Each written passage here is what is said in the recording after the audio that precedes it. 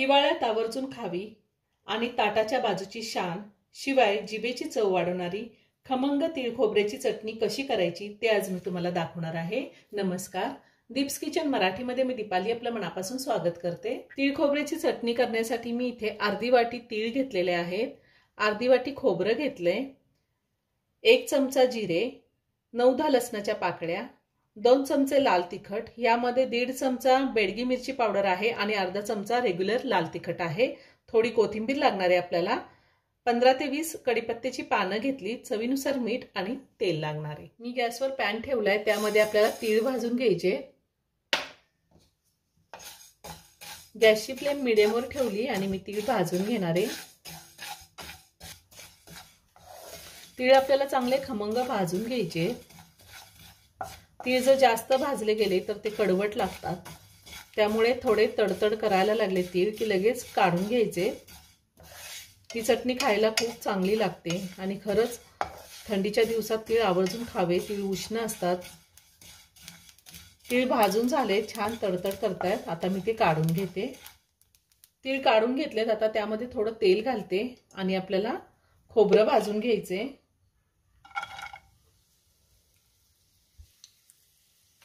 तुम्ही जर खोबरं किसून घेतलं असेल तर तेल टाकायची गरज नाही।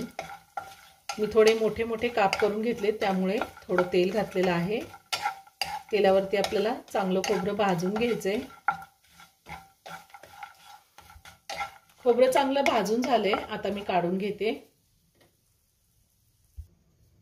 खोबरं काढून घेतलेले, त्यामध्ये मी आता कढीपत्ता घालते। थोडं तेल आहे त्यातच घालायचा आहे कढीपत्ता, आणि कढीपत्ता थोडा कुरकुरीत आपल्याला भाजून घ्यायचा आहे।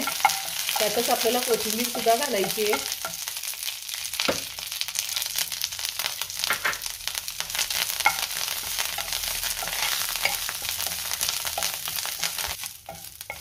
तेलावरती आपल्याला कोथिंबीर आणि कढीपत्ता चांगलं कुरकुरीत होईपर्यंत परतून घ्यायचे।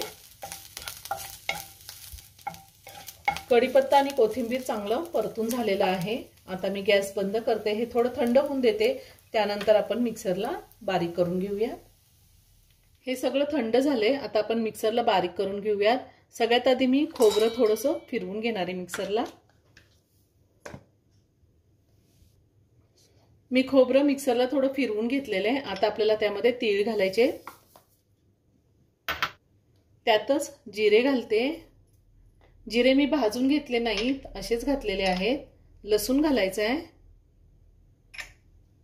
आणि आपण जे कढीपत्ता आणि कोथिंबीर चांगलं परतून घेतलेलं आहे, छान कडक झाले, तेही घालायचे। खूप छान स्वाद येतो चटणीला। आणि त्यातच मी लाल तिखट सुद्धा घातलेलं आहे। तिखटाचं प्रमाण तुम्ही तुमच्या आवडीनुसार कमी किंवा जास्त घेऊ शकता। चवीनुसार मीठ घालायचे। जर तुम्हाला आवडत असेल तर तुम्ही 1 चमचा लिंबाचा रस किंवा अर्धा चमचा आमचूर पावडर सुद्धा ह्या टायमिंगला घालू शकता। आता मी पुन्हा हे मिक्सरला फिरवून घेते। आपली तीळ खोबऱ्याची चटणी तयार करून झालेली आहे।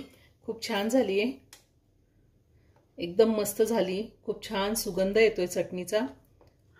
आता मी एका बाउलमध्ये काढून घेते।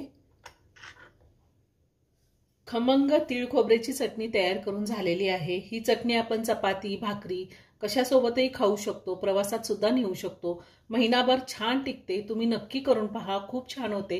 व्हिडिओ जर आवडला तर व्हिडिओला लाईक आणि शेअर करायला विसरू नका। रेसिपी आवडली असेल तर कमेंट करून नक्की कळवा। पुन्हा भेटूया अशाच एका छानशा साध्या आणि सोप्या रेसिपी बरोबर। धन्यवाद।